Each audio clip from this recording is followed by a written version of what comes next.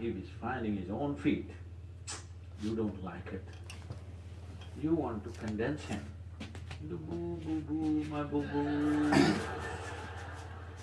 What you need is a toy or a doll to play with, or maybe a dog.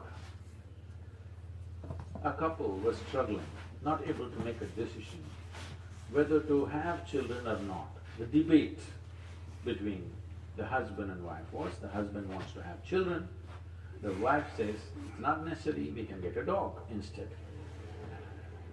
Because they couldn't settle it, they went to a marriage counselor. So they said, we are not able to make up our mind whether to have children or to get a dog. What should we do? So marriage counselor said, this is very simple, you want to ruin your carpets or your life, you must decide.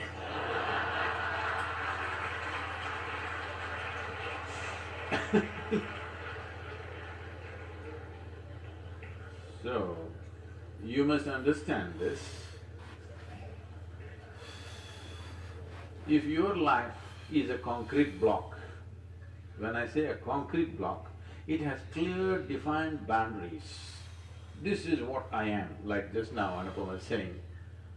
Even a little child is saying, this is how I am.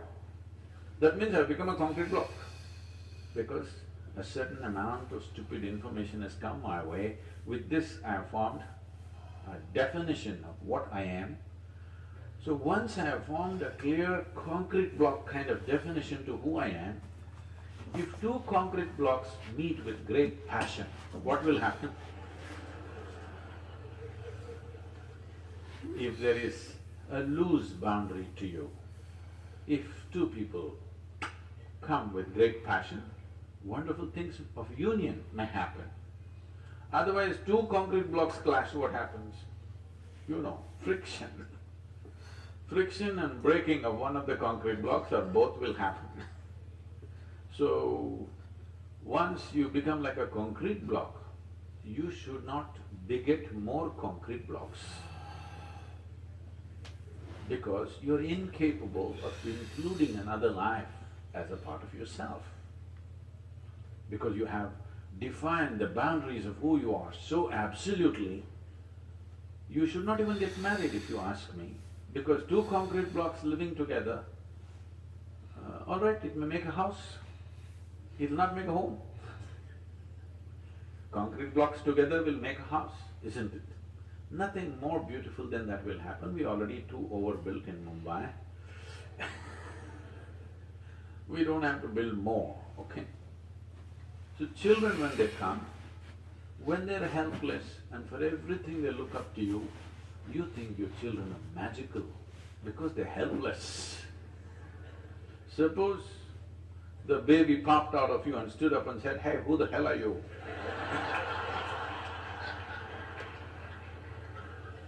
You won't like this baby.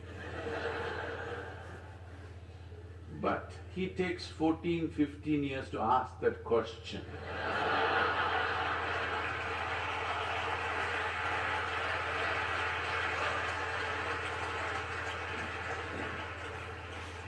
In fact, that is all a teenager is asking, okay, who the hell are you? So, if you want to be somebody to that new fresh life which has come, you must not have defined boundaries of who you are. Like when the child was infant, when it crawled, you crawled with him. Now your teenager wants to swing, you must be able to swing with him. No, you still wants to crawl with him. He is not interested. He is beginning to ask. Parents are looking ridiculous in the eyes of adolescents. Yes or no? Didn't your parents look ridiculous in your eyes? Unless you were old by the time you were 12. If you were young and energetic, your parents look ridiculous because they think still you need to be crawled around and choo-choo-choo, moo-moo-moo, poo-poo-poo to you. Everyday life is changing within you because you're growing rapidly and the fools around you not able to grasp that. whoever they are.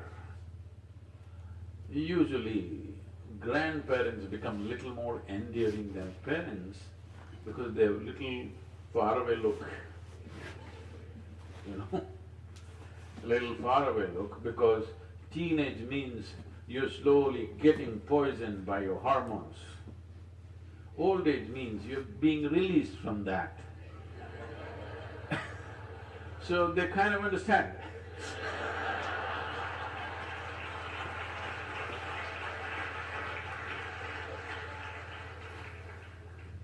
So those of you who are in middle age have no clue where the hell you are.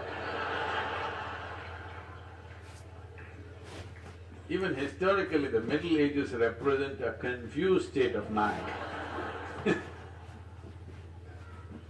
So don't deal with your teenagers. Please make yourself available to be dealt by them. Make them responsible for everything.